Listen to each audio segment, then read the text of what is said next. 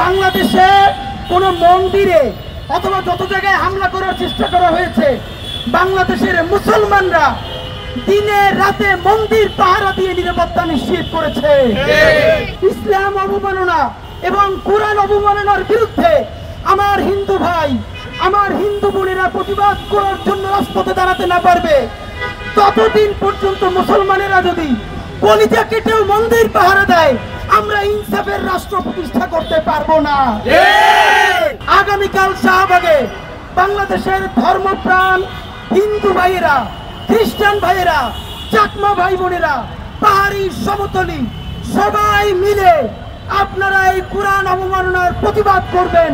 তবেই আমরা বুঝতে পারবো দিল্লির আধিপত্যবাদ এবং গণহত্যাকারী আওয়ামী লীগের ষড়যন্ত্রকে ভেস্তে দিয়ে সবাই মিলে আমরা আমাদের ইনসাফের বাংলাদেশ প্রতিষ্ঠা করতে পারবো ইনশাআল্লাহ। এই যে দুর্গা পূজায় কোনো ধরনের ঝামেলা করতে পারলো না দিল্লির দোসরেরা, আওয়ামী লীগের গণহত্যাকারীরা, এই মাসে জুলাই সনদ বাস্তবায়নের জন্য সব থেকে গুরুত্বপূর্ণ মাস।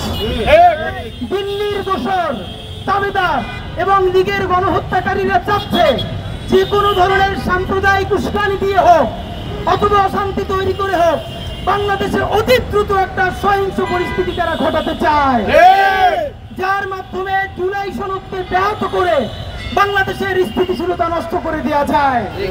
এর চূড়ান্ত প্রমাণ তারা পার্বত্য চট্টগ্রামে চেষ্টা করেছিল। আপনারা দেখেছেন, স্বরাষ্ট্র উপদেষ্টা পর্যন্ত বলেছে পার্বত্য চট্টগ্রামের অবৈধ অস্ত্রগুলো আমাদের প্রতিবেশীর সীমান্ত থেকে এসেছে। বাংলাদেশের দেশপ্রেমিক মানুষদের সহযোগিতায়, আল্লাহ তাআলার অশেষ রহমতে সেই ষড়যন্ত্র আমরা সবাই মিলে মোকাবেলা করেছি। বন্ধুরা, এবার শুরু হবে। আজকে দেখবেন কেউ কোরআন শরীফ পায়ে মারাচ্ছে, কালকে দেখবেন কোরআন শরীফ পড়িয়ে দিচ্ছে। এখন আমাদের একটা কথা, আমাদের এই লোক যদি অসুস্থই হয় তাহলে আজকে যে কোরআন শরীফ পড়াইলো, আগামীকালকে যে সে আবার পড়াবে না বা পারাবে না, তার নিশ্চয়তা কি আপনি আমাকে বলেন? সে যদি অসুস্থ হয় তাহলে সে হয়তো মানসিক হাসপাতালে থাকবে, পাগলাগারদে থাকবে, অথবা সে ট্রিটমেন্টে থাকবে। কিন্তু আপনি তাকে প্রকাশ্য দিবালোকে ছেড়ে দিয়ে আপনি মানুষের কলিজে আঘাত করবেন, তারপরে আমরা যখন তার বিচার চাইব তখন বলবেন যে অসুস্থ মানুষের সাথে এটা হয় না। তাহলে আপনি আসলে কি চান পরিষ্কার করে বলেন। বন্ধুরা, আমরা অত্যন্ত একটা ব্যাপারে আতঙ্কিত এবং আশঙ্কা প্রকাশ করছি। এটা না হোক, আমরা আপনাদের কাছে দোয়া চাই। এমন ঘটতে পারে এই যে সে এই কাজটা করলো, আপনি দেখবেন এক সপ্তাহ, এক মাস বা কোনো একটা সময় দেশি অথবা বিদেশি কোনো এজেন্সি তাকে হত্যা করতে পারে।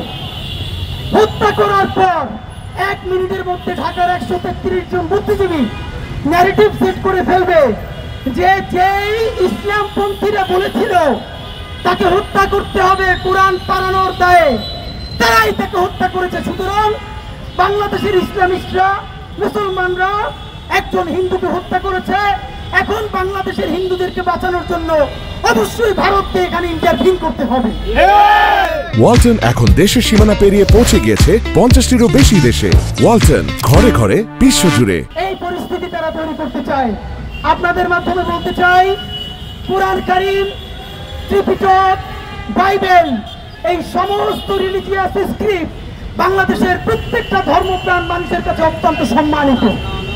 আপনি দেখেন এখানের আলেমরা মাঝে মধ্যে অতি কঠোর ভাষায় কথা বলেন, কিন্তু দেখবেন না কোনো মাহফিলে বা কোনো প্রোগ্রামে তারা অন্য কোনো ধর্মের ধর্মগ্রন্থকে আঘাত করেছে বা এরকম বাজে শব্দ চয়ন করেছে। যদি কেউ ভুলেও করে থাকে, আপামর মুসলমান দেশপ্রেমিক মানুষ তার বিরুদ্ধে সব থেকে বড় প্রতিবাদ জারি রাখে। আমি আমার হিন্দু ভাই বোনদেরকে আজকে একটা বিনীত অনুরোধ করতে চাই, বাংলাদেশে কোনো মন্দিরে অথবা যত জায়গায় হামলা করার চেষ্টা করা হয়েছে, বাংলাদেশের মুসলমানরা দিনে রাতে মন্দির পাহারা দিয়ে নিরাপত্তা নিশ্চিত করেছে। আমি আমার হিন্দু ভাই বোনদেরকে বলতে চাই, বন্ধুরা, এই যে কোরআন অবমাননা করা হলো, এর প্রতিবাদ করার একমাত্র দায়িত্ব কি মুসলমানের নাকি আমার হিন্দু ভাই বোনেরও? ইসলাম অবমাননা এবং কোরআন অবমাননার বিরুদ্ধে আমার হিন্দু ভাই, আমার হিন্দু বোনেরা প্রতিবাদ করার জন্য রাজপথে দাঁড়াতে না পারবে, ততদিন পর্যন্ত মুসলমানেরা যদি কলিজা কেটেও মন্দির পাহারা দেয়, আমরা ইনসাফের রাষ্ট্র প্রতিষ্ঠা করতে পারবো না। সুতরাং আমরা প্রত্যাশা করি আগামীকাল শাহবাগে বাংলাদেশের ধর্মপ্রাণ হিন্দু ভাইয়েরা, খ্রিস্টান ভাইয়েরা, চাকমা ভাই বোনেরা, পাহাড়ি সমতলী সবাই মিলে আপনারা এই কোরআন অবমাননার প্রতিবাদ করবেন। তবেই আমরা বুঝতে পারবো দিল্লির আধিপত্যবাদ এবং গণহত্যাকারী আওয়ামী লীগের ষড়যন্ত্রকে ভেস্তে দিয়ে সবাই মিলে আমরা আমাদের ইনসাফের বাংলাদেশ প্রতিষ্ঠা করতে পারবো ইনশাআল্লাহ। বন্ধুরা, আপনাদেরকে চূড়ান্তভাবে বলতে চাই, এই কোরআন অবমাননাকারী যে করেছে তাকে কয়দিন অ্যারেস্ট করে তারপর ছেড়ে দিয়ে এই সব টালবাহানা চলবে না। প্রয়োজনে স্বাধীন মেডিকেল টিম গঠন করে তাদেরকে দিয়ে বলাতে হবে, সে যদি বিচারগ্রস্ত হয় তাহলে কতটুকুন বিচারগ্রস্ত, তাকে কি বাইরে ছাড়া যাবে নাকি মানসিক হসপিটালে ভর্তি করতে হবে।